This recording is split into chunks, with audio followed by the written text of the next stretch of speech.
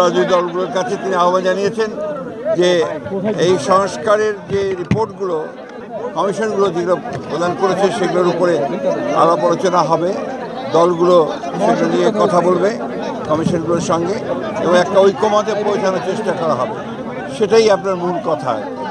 এবং সেই জন্য আজকে প্রাথমিক আলোচনা, সেখানে বিভিন্ন রাজনৈতিক দল বিভিন্নভাবে কথা বলেছেন। আমরা আশা করব যে খুব দ্রুত এই সংস্কারের যে ন্যূনতম ঐক্যমত যা তৈরি হবে সেটার উপর ভিত্তি করে অতি দ্রুত জাতীয় নির্বাচন অনুষ্ঠিত হবে, এটাই আমাদের প্রত্যাশা।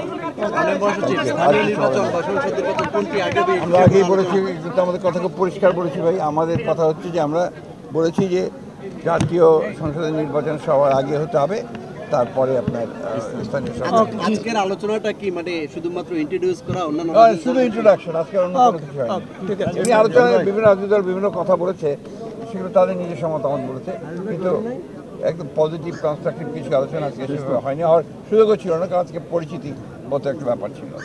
Thank you.